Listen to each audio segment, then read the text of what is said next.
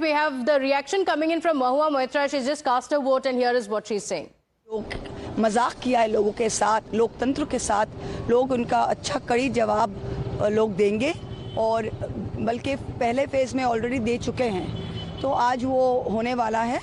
सो जो काम हमने शुरू किया था पहले फेज में वो सेकंड फेज में खत्म होने वाला है. पीसफुल वोटिंग चल रहा है, लेकिन करीमपुर के में ही एक जगह से तस्वीर आई है जिसमें आईएसएफ के बूथ एजेंट को कहा जा रहा है कि टीएमसी के लोगों ने फेक किया है. वो तो रोज सुबह से कहते हैं कि हमारे बूथ एजेंट ने ये किया है. जहाँ पे चुनाव आयोग ने सारा देश के ऊपर ऐसा जुल्म कर रहे हैं, तो ये पता नहीं मुझे. अभी आप तो पता है मुझे 7 बजे अभी मैं आई हूँ, जाके कंट्रोल रूम देखूंगी.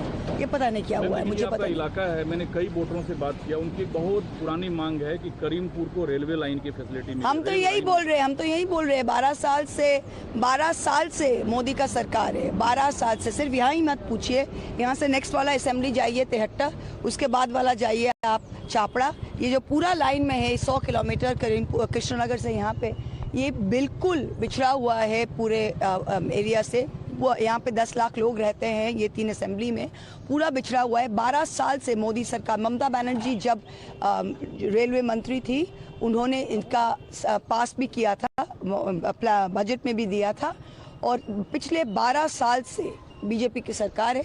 12 साल से रेल मंत्री उनके हैं. 5 साल से तो शायद अश्विनी वैष्णव जी हैं.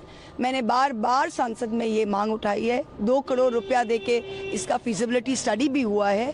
पर बीजेपी क्या कहते हैं, हर बार लॉलीपॉप देके बोलते हैं कि करीमपुर के लोगों हमें जिताओ फिर हम देंगे. तो हम कहते हैं कि अगर ममता बनर्जी सबको बोलती ना कि हमें जिताओ फिर हम लक्ष्मी भंडार देते, तो यहाँ पे जो 2.5 करोड़ महिलाओं को लक्ष्मी भंडार मिलते हैं, सबको मिलते हैं. ममता बनर्जी ये नहीं देखती कि कौन मुझे वोट देता है कौन मुझे वोट नहीं देता है. तो 12 साल से जो बीजेपी सरकार गद्दे पे बैठे हुए हैं, वो आज आके करीमपुर जैसा जगह, जबकि कितनी पुरानी मांग है, ममता बनर्जी ने ऑलरेडी ये अभी तक दिया नहीं. तो इससे ही सच्चाई पता चलता है. Okay, have to do English. नहीं, done.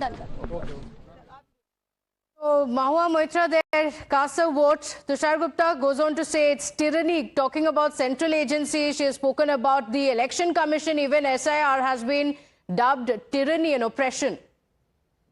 Pratibha, it's rather ironic that Mahua Moitra talks about tyranny. The 2021 post-poll violence report by the National Human Rights Commission said it's not the rule of law in West Bengal, it's the law of rule. It's unfortunate. Remember, it's unfortunate that West Bengal has to see an election under the presence of so many armed forces. For a state with such tremendous legacy, it has been reduced to a hotbed of political violence. It's totally unacceptable.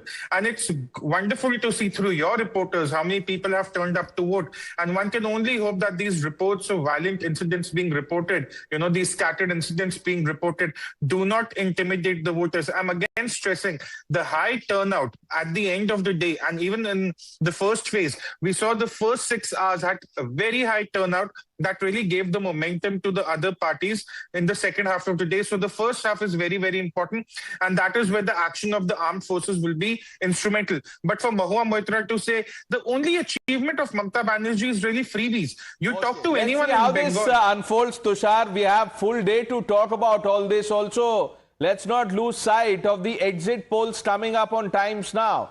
That begins from 5 p.m. This evening. 3.21 crore voters in phase 2, 142 seats, 8 district viewers. This is the final battle in Bengal. You're watching India's election news headquarters, Times Now. A short break. We return with lots more on the other side.